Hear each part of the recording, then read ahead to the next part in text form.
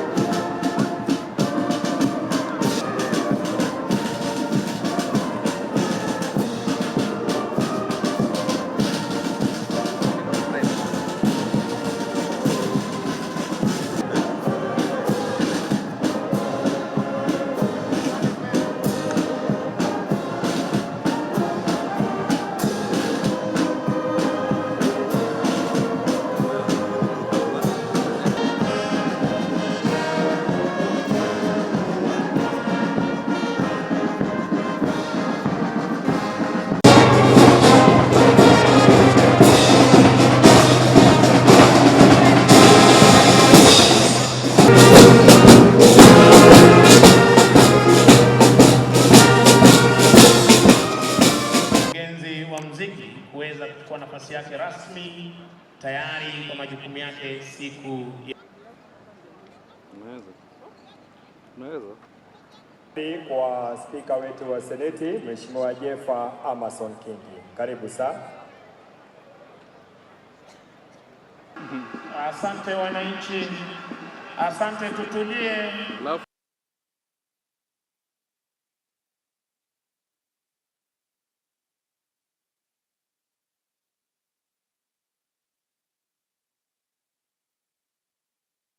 Luteni Wycliffe Koech, divisheni ya 4 ya jeshi letu ya rais. Siku ya leo, bendera ya rais Luteni Francis Opondo, bendera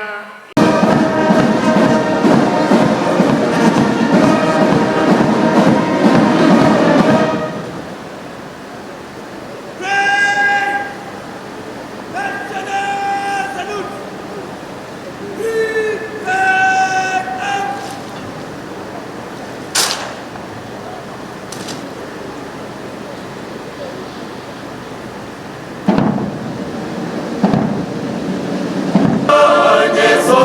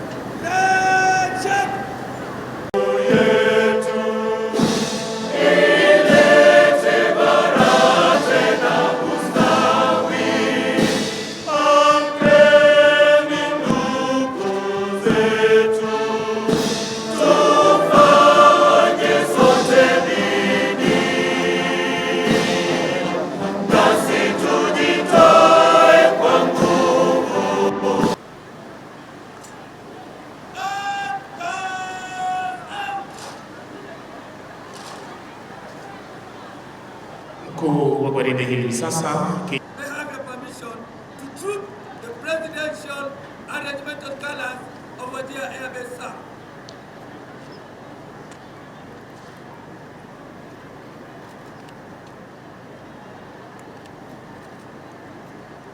Asanteni kwa heshima, tunaweza kuketi tafadhali.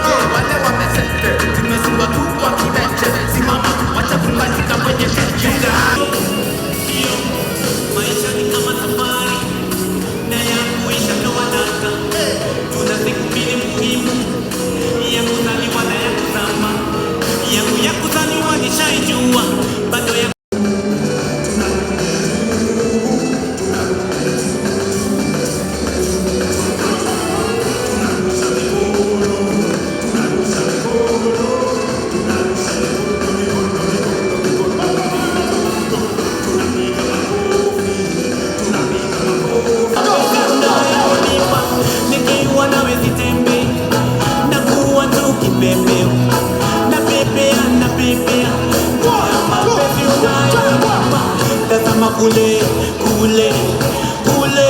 Tomato, I want your waist to get down. Remind me on my phone vibrate to get down. Hey, get down. Below, I want your waist to get down. Remind me on my phone vibrate to get down. Dijana cheza maloko za zamani kala mashakana tumetoka wapi kitu prime Mona Lisa na Maisa Rodi ni kwa kalima zetu kikatika Kukudas, kukudas, kukudas Kukudas, slide Let's go slide Double tap, niko na TBT. Double tap, Sisi online. double tap, So we are being collide. double tap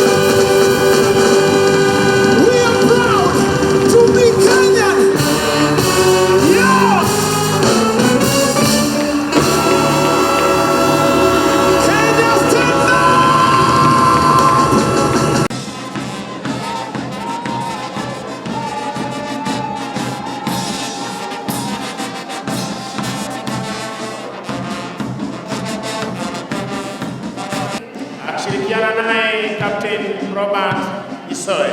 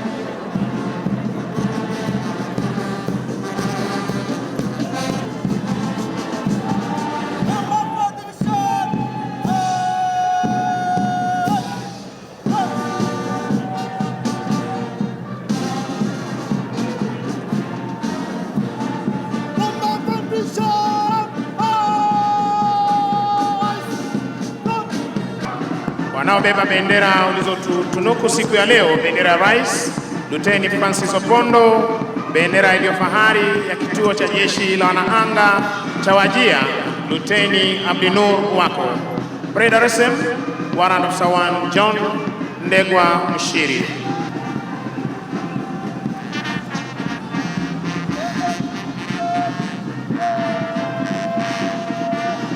Divisheni ya 3 jeshi letu wakiwa katika mavazi yao rasmi ya sherehe.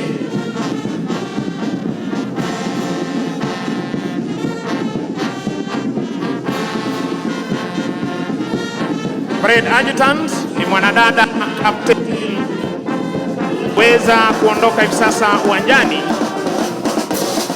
chini yake mkurugenzi wa muziki jeshi la anga Meja Peter Kimeu, Senior Meja Warrant Officer 1 Rafael Kibisu, akishirikiana naye Sergeant Mwai Gatama, afisa mteule daraja la pili Meshula Mutuadambo na Sergeant Moses Lemashon wa jeshi la wanamaji.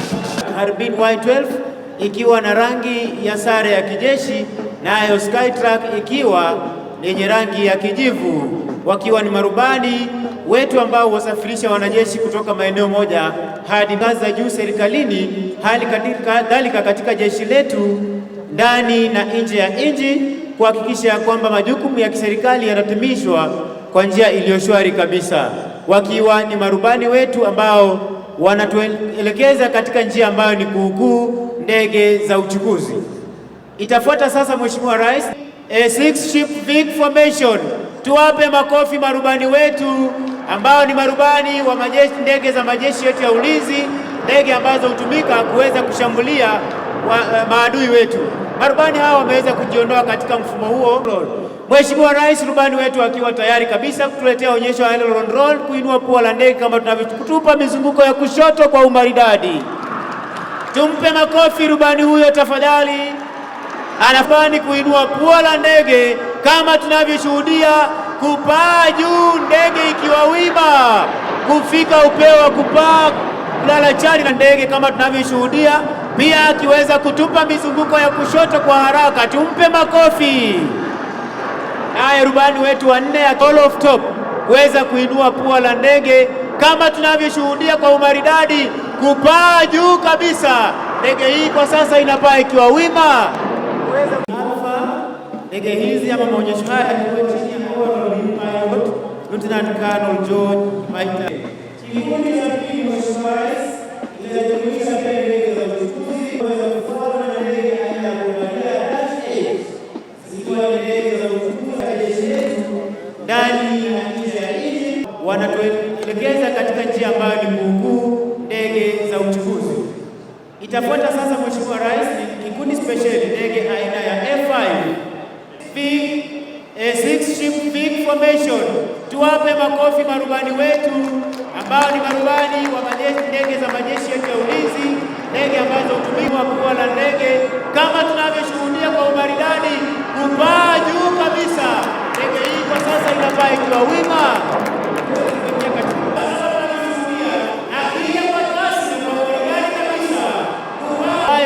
huweza kufanya mashambulizi ya dharura katika ngome za adui.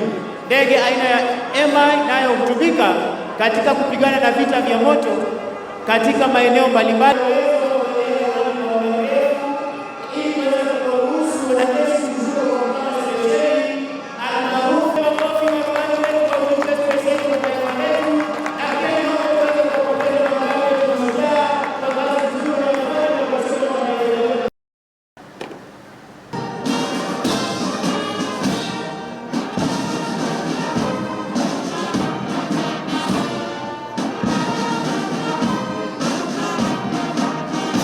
Kiweza kujiandaa kuweza kuonyesha wenzao bendera hizi.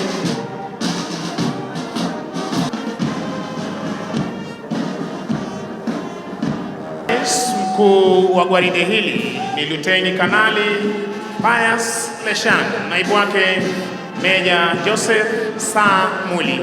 Divisheni ya kushirikiana naye Captain Larry Mwambire.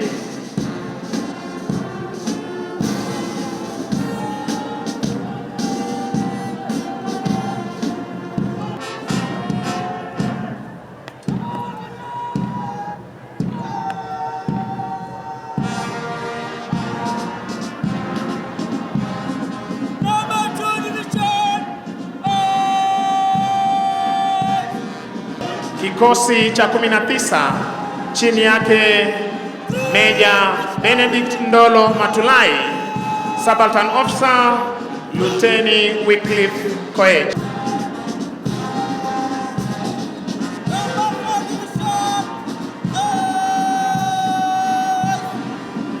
Misheni ya 4 na ya mwisho, Mheshimiwa Rais, Jeshi la Wanamaji chini yake Meja Philemon Kalama, Subaltern Officer Luteni Benedict Wesonga,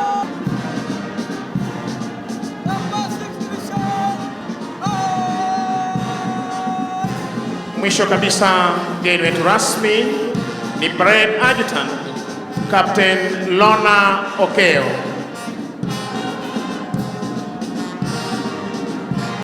We want to thank you for reaching out and reaching across the political aisle and the political divide in your efforts in uniting our country and for forming the broad-based government. Your Excellency, when there's disunity, it is Nairobians who feel it the most. We want to wish the Right Honorable Raila Amolo Odinga the best in his candidacy for the Africa Union Commission, and we also want to wish him success in tomorrow's debate in Addis Ababa. We pray that next year we shall be joined in this celebration with the newly minted chairman of the African Union Commission, Honorable Raila Amolo Odinga. We're also very happy that we saw you with the former President Uhuru Kenyatta. When these pictures of unity are seen, it increases investor confidence, it increases confidence in our country, peace and calm.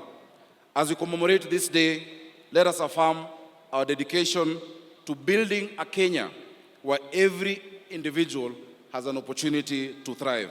Together we can transform our country. Your Excellency, you have made progress. No country in the world does not have issues, but we solve our issues together in a united way. Let us focus on what is working in our country. Let us increase our levels of optimism. I wish you all a Merry Christmas and a prosperous 2025.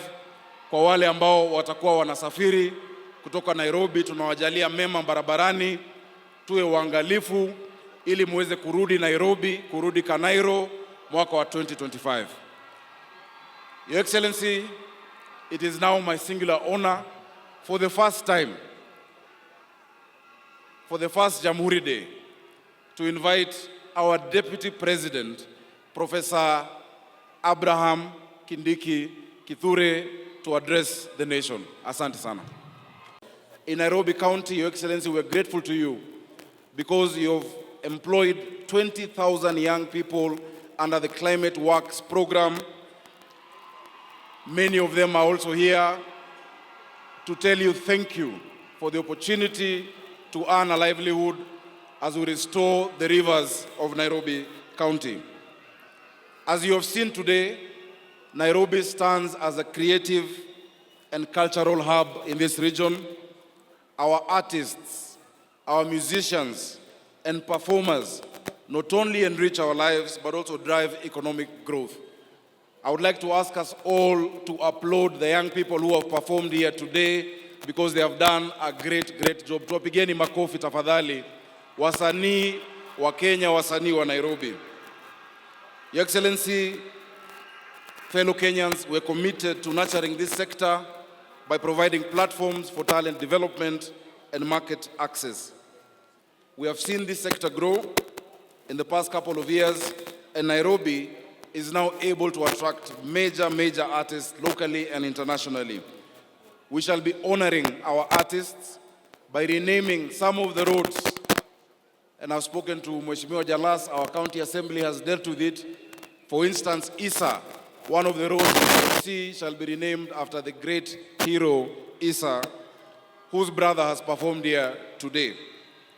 One of the areas we have also seen growth, Your Excellency, is social media and entertainment apps. We want to thank you because you have led from the front. You have engaged YouTube, you have engaged TikTok, you have gone to Hollywood, you have gone to the US to engage many of these people, and our young people can now monetize their talent.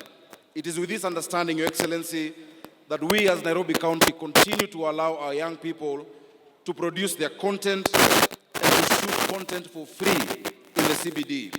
Gone are the days when you needed a permit to shoot content in the city, and with this we've seen an exponential growth in this area, and I would like to invite any of us to visit the CBD on a Sunday or on a Saturday. You will see hundreds of young people shooting content for Telegram, for TikTok, for Instagram, and earning a living out of it. At the beginning of this year, on the 1st of January, we rolled out the Unified Business Permit in Nairobi, where you now need only one license to operate your business, as opposed to the myriad of licenses that one had to get to operate a business in Nairobi.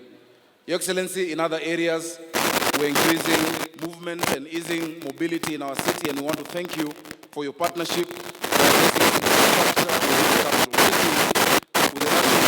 We are now addressing key roads that have been left dilapidated for many, many years.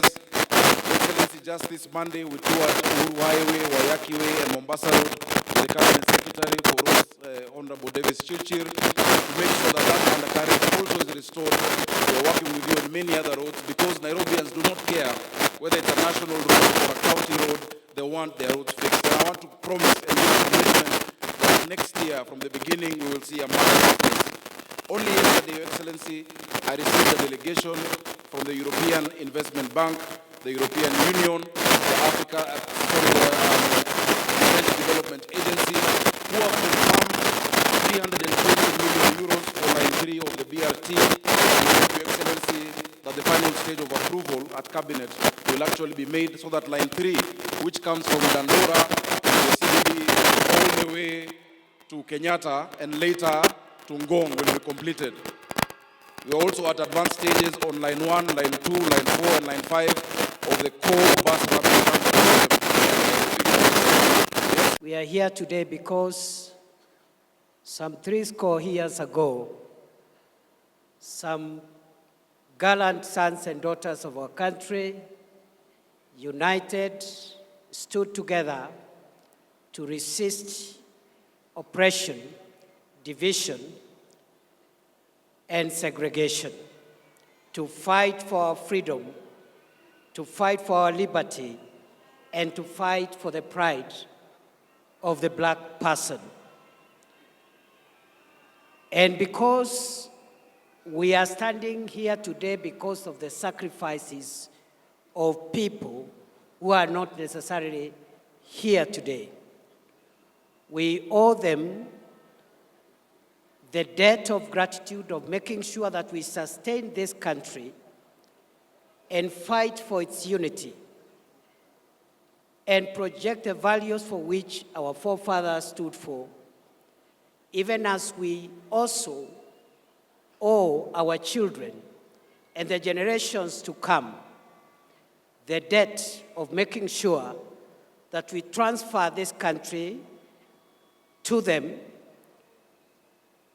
when it is united, prosperous, and inclusive.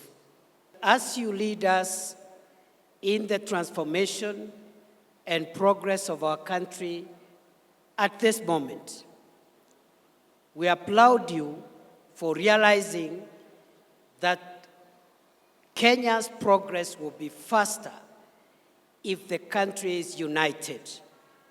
Thank you for reaching out to as many stakeholders as possible to bring everyone on the table so that we can all pull in one direction of making sure that our country moves to the next level.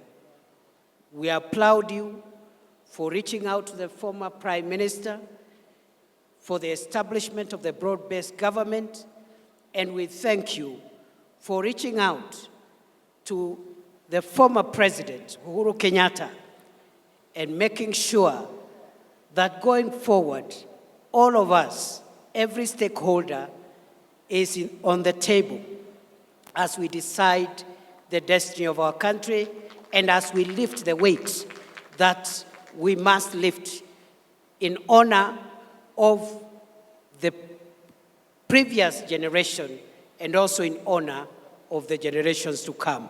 Tunakushukuru Mheshimiwa Rais kwa kuendelea kuunganisha taifa letu la Kenya ili nchi yetu ipate fanaka, maendeleo na ustawi. Ni lazima sisi zote, mirengo mbalimbali ya siasa, dini mbalimbali, makabila mbalimbali, watu wote wa siasa, makanisa, mashirika yasiyokuwa ya serikali, vijana, wazee, akina mama, na watoto. Lazima tusukume gurudumu la taifa la Kenya tukiwa na umoja. Thank you, Mr. President, for spearheading the unity of our country. I am profoundly excited to be in this blessed land as guest of honor, to join you in celebrating the historic 61st independent anniversary of the Republic of Kenya, nationally known as Jamhuri Day.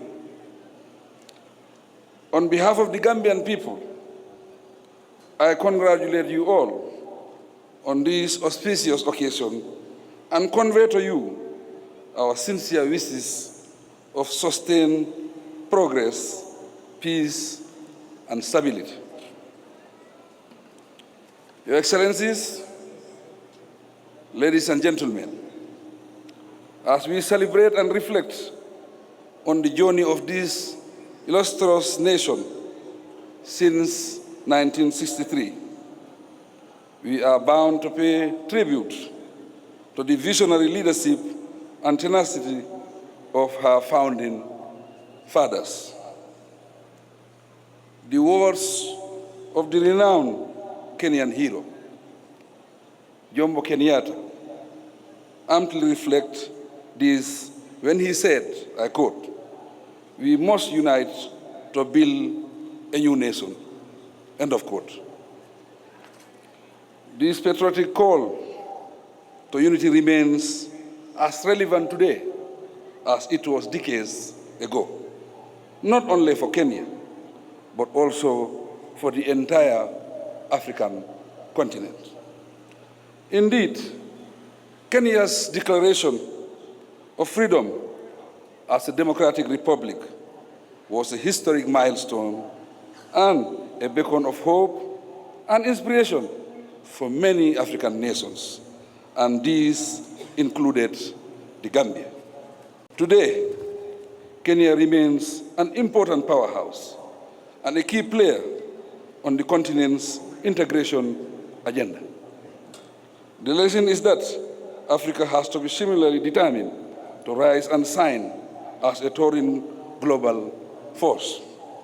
Your Excellencies, distinguished ladies and gentlemen, as Kenyans, your diplomatic journey has earned your nation a respected voice in matters affecting our continent and beyond.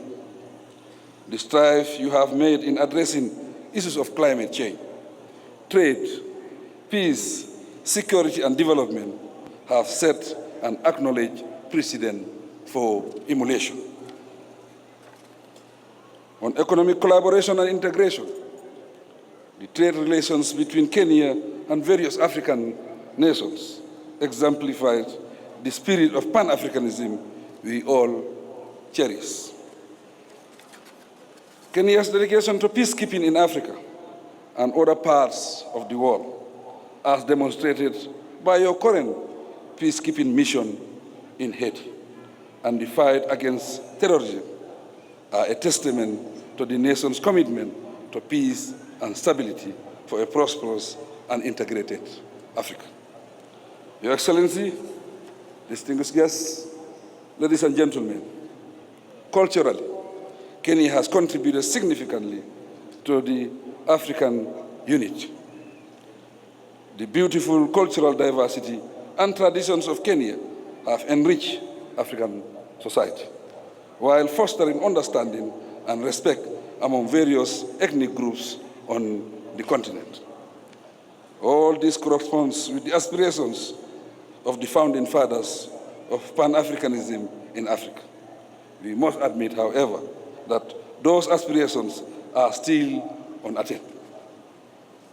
The question then remains, what else must we do collectively so that future generations would absolve us like the heroic leaders of the past? Frankly, our challenge lies in finding a solution to the persistent paradox of underdevelopment within an enabling context of enormous resources and potential for rapid advancement. I readily concede that we are yet to reach the destination of our aspirations because we have not yet delivered fully on our commitments. But having said that, it is also a fact that we are no longer where we were a year, let alone 2 years ago. We have moved beyond pledges and commitments and are now making progress in our implementation strategies. There is now sufficient evidence of undeniable character that together the people of Kenya are hard at work to achieve their shared vision of a nation transformed. Our ability to feed the people and to keep them healthy, to empower them and connect them to opportunities, to keep them safe and protect their freedom is improving by leaps and bounds. When we all unite, inspired by a shared aspiration to undertake national building, we shall make our nation great, and our collective legacy will inspire present and future generations. I will continue to reach out to Kenyans of all walks of life, regardless of their ideological persuasion, to maximize the cross-pollination of the flower of our republic and guarantee robust seeds for future seasons. You must never underestimate your power as citizens and your ability to create positive change individually and all of us collectively. Over time, we have made gradual and steady changes to many of the economic development strategies in order to take on board feedback from the people. In fact, the bottom-up economic transformation agenda has inbuilt mechanisms to improve on the basis of this feedback because we recognize that as leaders, every day of work is a day of learning from the people, and that every good idea must always give way to a better one. Listening, therefore, is a primary component of effective leadership, and national transformation is a collective enterprise of all citizens. I am grateful to distinguished patriots who have demonstrated outstanding leadership across the political aisle for the spirit of goodwill in which we have engaged to address critical national issues, including resolving the inclusivity challenge by formulating the broad-based government. I also appreciate the good wishes, encouragement, and support from leaders with whom I continue to discuss matters of importance to our nation. I am persuaded that together we can achieve much more and much sooner for Kenya, and that the future of our dreams is now within sight. In our time, our generation must never focus so much on the present that we forget where we were only 6 decades ago.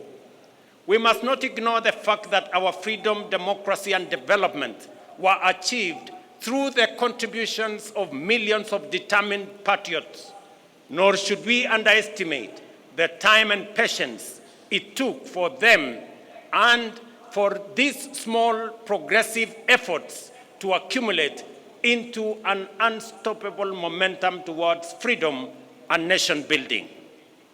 It may have been easy to despise individual freedom fighters as they ventured into a forest of uncertainty and to underestimate their ambition to free Kenya from colonialism. Yet, that is precisely how we gained our independence. Courage and hard work, determination and patience, and the confidence that we are not alone are always what it takes to make meaningful strides as a nation. Today, I want to encourage my fellow countrymen to keep this perspective in mind. As we aspire for more and better, we must not give way to despair, pessimism, or skepticism when faced with challenges, but instead forge our path forward with courage, hope, determination, and ambition. I declare my unswerving faith in the ability of our people to interrogate policies and hold the government to account. This is the essence of democratic freedom, a civic duty for citizens, a responsibility for leaders, and a necessary imperative for our success and progress. We have experienced a particularly challenging time as a people, largely owing to dynamics beyond our control, resulting in high cost of living, greater difficulty in finding employment, and fewer opportunities for entrepreneurs.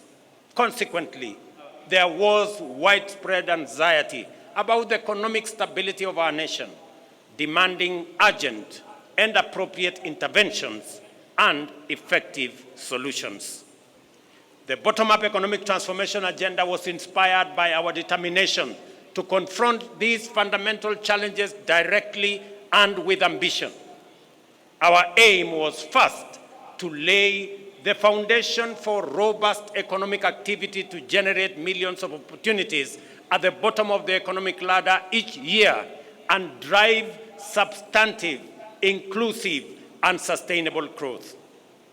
Our key priorities were to reduce the cost of living, stimulate enterprise, boost productivity, create jobs, foster a conducive environment for institutional and infrastructural development, and promote investment in manufacturing, industrialization, and export competitiveness. As a starting point, it was critical for us to tighten our belts and make significant sacrifices to reset our public finances on a sustainable path, enabling intensified investments in the strategic pillars of our plan and the cross-cutting enablers of rapid transformation. I acknowledge, ladies and gentlemen, the work we have done and the milestones achieved in creating the necessary conditions for progress in every value chain that support the pillars of our plan. Work is underway across the country, and the opportunities are opening up for many citizens, especially our young people. Over the past 2 years, the number of employment opportunities has increased with new jobs for teachers, agricultural sector workers, healthcare professionals, building and construction, seafarers, and outside Kenya under our labor mobility program. The affordable housing strategic pillar of our bottom-up economic transformation agenda has so far created 200,000 jobs and thousands of indirect opportunities across the building and construction value chain. The universal healthcare coverage pillar has engaged 107,000 community health promoters alongside other healthcare professionals employed to support our vision of a functional national healthcare system. In addition, jobs will be created in healthcare innovation, service delivery, and ICT support for digital health system that we have rolled out, unlocking opportunities nationwide. Furthermore, we have recruited 56,000 teachers to address the chronic teacher shortage problem and move the national teacher-to-student ratio closer to the United Nations recommendation of 1 teacher for every 40 learners. This December, we are hiring an additional 20,000 teachers, while our rejuvenated micro, small, and medium enterprise sector has generated 840,000 jobs this year. To address the urgent need to create opportunities for the hundreds of thousands of young men and women entering the labor market annually, we have expanded the employment opportunity spectrum and implemented strategies to secure jobs abroad to facilitate mobility and placement of suitably qualified Kenyans. Since September 2022, more than 243,000 Kenyans have secured international job opportunities in healthcare, in agriculture, and construction sectors, among other sectors, in the last 2 months alone, 12,000 have secured jobs abroad. So far, we have completed bilateral labor frameworks with 7 countries, while agreements with 2 more countries are awaiting signature. Additionally, agreements with 13 other countries are at various stages of negotiations, and we project to connect up to 2 million Kenyans with jobs abroad once this exercise is completed. Our digital superhighway and creative economy program, which involves laying 100,000 kilometers of last-mile fiber optic infrastructure and establishing digital hubs nationwide, is designed to create digital jobs at the grassroots. To date, 690,000 citizens have been trained in digital skills through their Jira and Jitume programs in various learning institutions, including TVETs and constituency innovation hubs, out of which 180,000 young people have already been linked to online job opportunities, well on track to creating 1 million jobs through this program. Our special economic zones and export processing areas are boosting investment, manufacturing, exports, creating jobs, and increasing national wealth. In the past 2 years, we have licensed over 80 companies within these zones, creating 14,000 jobs. The 6 export processing zone flagship projects in Busia, Kirinyaga, Murang'a, Eldoret, Kwale, and Nakuru are now being developed are set to generate another 30,000 more jobs. Additionally, the ongoing operationalization of Dongo Kundu and Naivasha special economic zones will create an additional 26,000 jobs, facilitating private sector special economic zones investments and supporting county and public special economic zones operations. What I wish to emphasize on this Jamhuri Day is that regardless of our difficult circumstances and despite obstacles, resistance, and anxiety, it remains the mandate of leadership to keep true to their word and the duty of government to deliver. We have every intention to fulfill our commitments and are at the point where the first projects are successfully entering maturity. The deliberate and intentional effort to develop effective strategies for creating employment opportunities within our broader economic transformation agenda is bearing fruit. From the current numbers, it is clear that employment opportunities, whether domestic, international, or online, will increase significantly in the coming days. We are determined to build a labor market capable of absorbing as many job seekers as possible, cognizant of the output of our education and training institutions, which produce talented, skilled, and motivated young people. By doing the hard work and heavy lifting now, we are laying the foundation for citizens to seize opportunities in the coming future. As we do this, let us reflect on the lessons of history and rise above our political differences to deliver for Kenya. Mumesikia yale mambo tunafanya kuhusiana na mambo ya afya. Na wauliza wazazi wote, pale Januari, watoto wetu wakirudi shuleni, sasa Taifa Care inataka kila mtoto wa Kenya awe na bima ya afya. Wakati wazazi mtarudisha watoto wenu shuleni, tunataka kila mzazi aandamane na mtoto wake, ndio tuweze kusajili watoto wote wa Kenya, ili watoto wote wa Kenya tuwapangie mambo yao ya afya. Those who came before us overcame far more turbulent divisions to score a historic victory whose everlasting legacy benefits us today and will endure for posterity. As they fought hard to reclaim our sovereignty, the enemies of our freedom deployed state-of-the-art technologies of the time, the radio and the aeroplane, to disseminate disinformation and propaganda. This was meant to discourage, trick, and deceive people that freedom fighters had been defeated and their leaders been captured and neutralized. Our heroes and heroines were not deterred and inspired by the righteousness of their cause and the transformational moment they were in, soldiered on courageously. On 12th December, therefore, every Kenyan witnessed their vindication as our majestic flag rose and collectively we reclaimed our proud Jamhuri.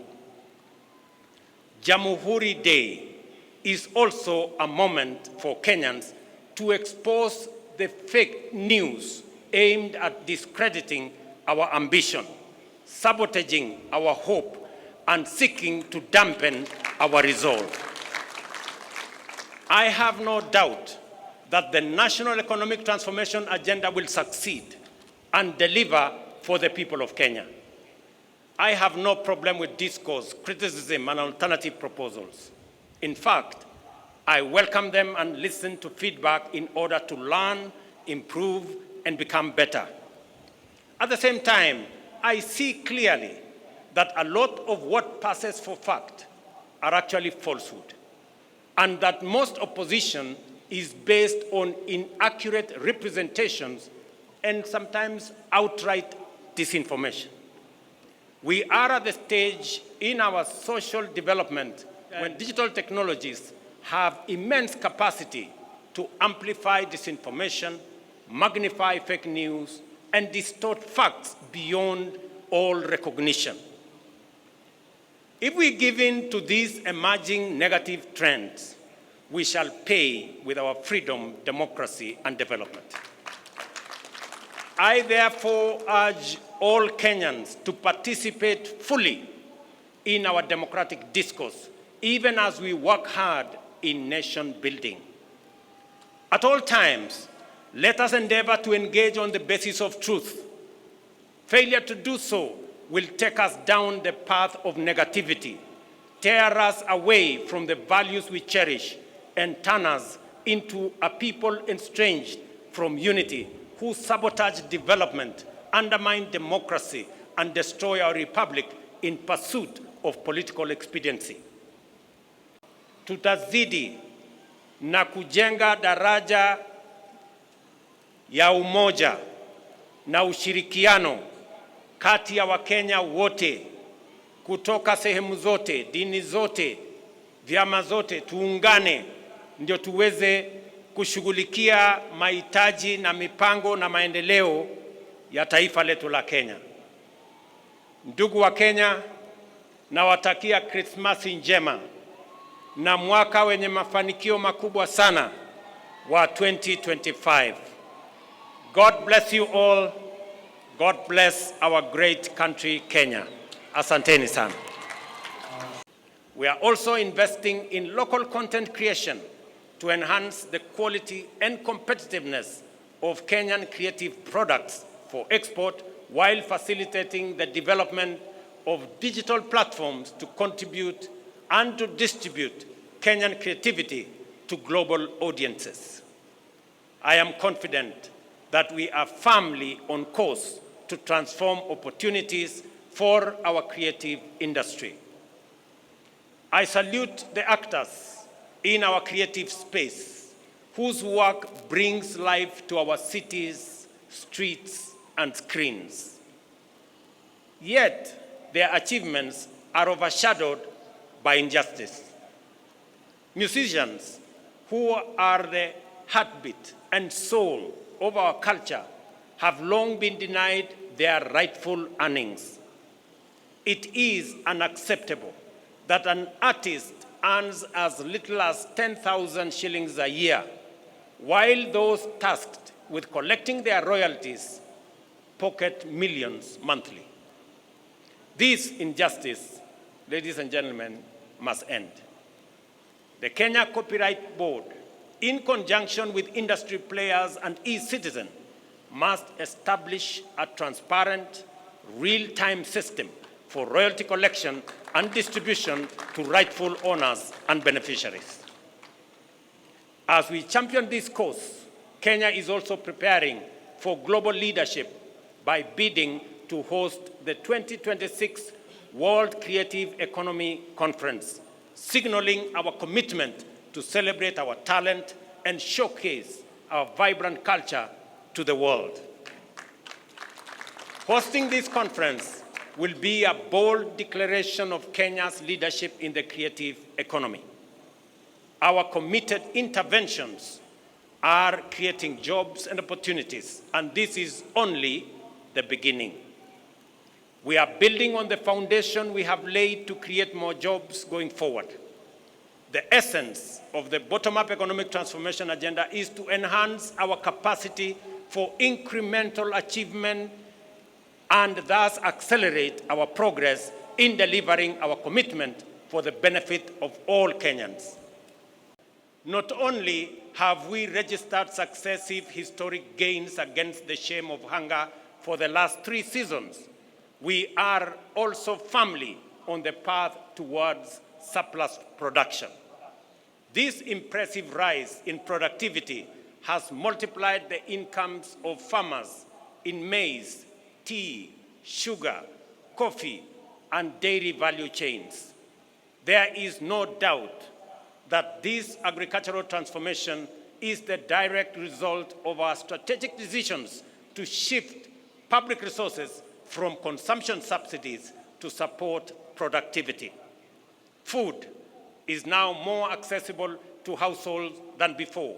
And as I stated in the State of the Nation address, our country now boasts substantial national food stocks: 95 million 50-kilogram bags of maize, 9 million bags of beans, 10 million bags of wheat, and 2 million bags of rice.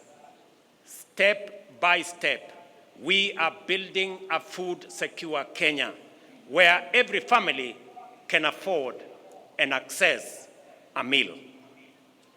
Farmers have brought more land under cultivation and produced more per acre than before, thanks to the timely availability of subsidized inputs and extension services.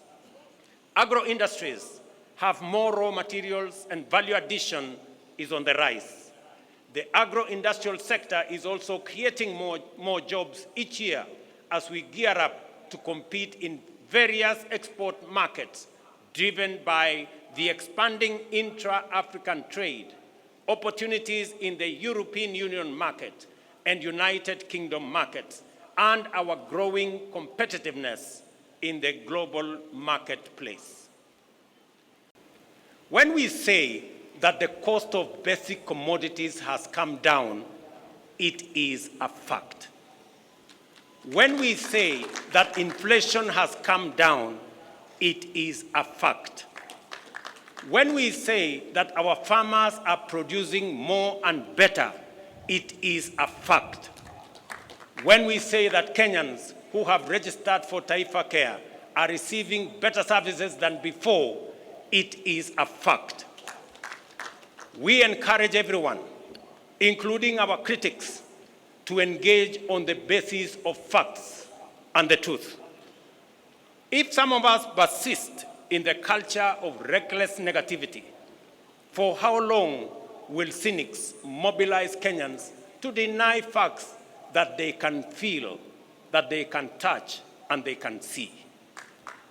What will they say in a few weeks' time when we begin to give keys to new homeowners of our affordable housing units? What will they say at the thousands of plumbers, electricians, teachers, health workers, building and construction workers, digital workers, and many more who are already at work, including the 300 young men and women who yesterday were flagged off by my deputy to go and work abroad, joining thousands who are already abroad. Ladies and gentlemen, I am confident in the future of our nation and the capacity of our national transformation agenda to deliver, because I appreciate the strategies we have put in place, the work underway, and the commitment of our people and their motivation to make their contribution.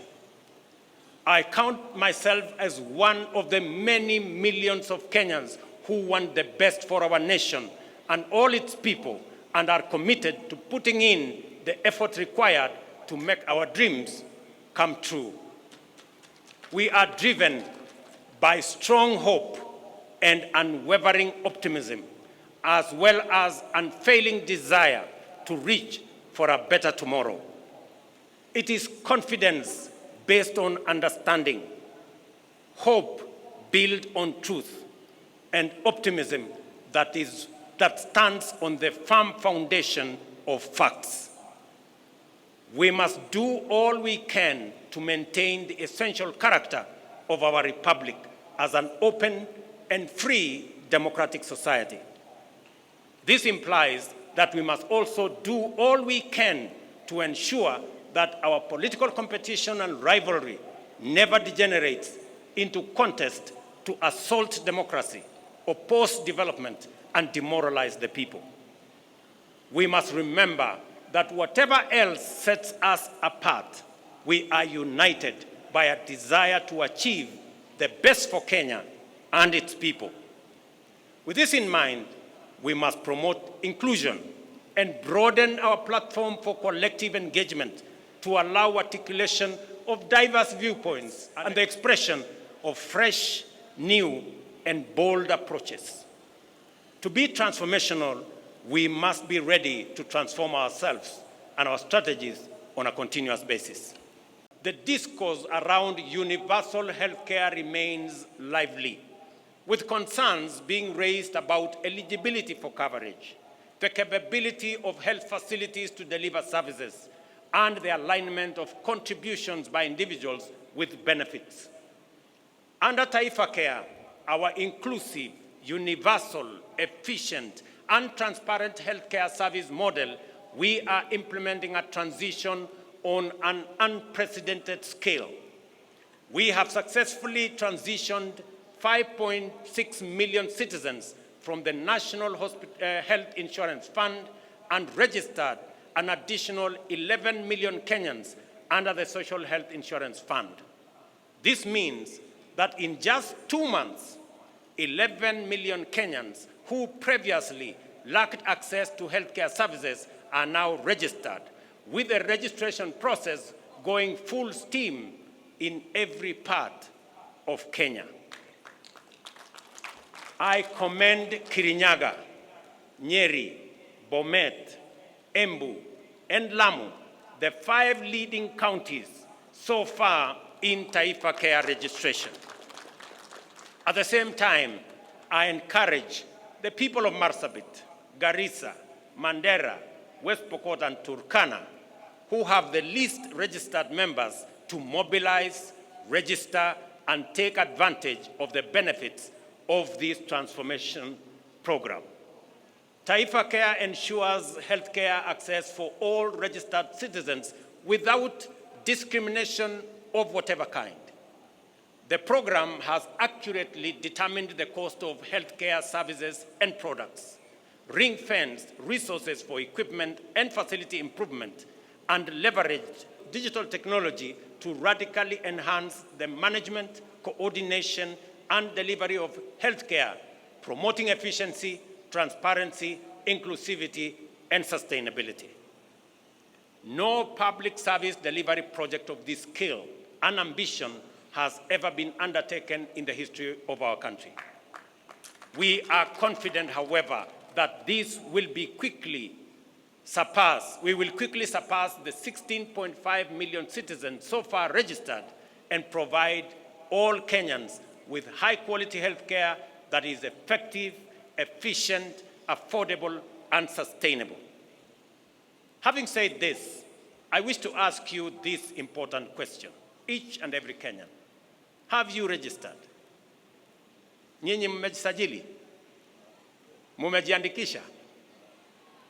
Those who have registered often find that many of the issues, concerns, fears, and questions are fully addressed to their satisfaction in the registration process. There is a time to resist and a time to accept, a time to deny and a time to admit, a time to doubt and a time to believe. In the face of undeniable evidence, skepticism must give way to confidence, and we must reject the deceptive embrace of disinformation and fake news.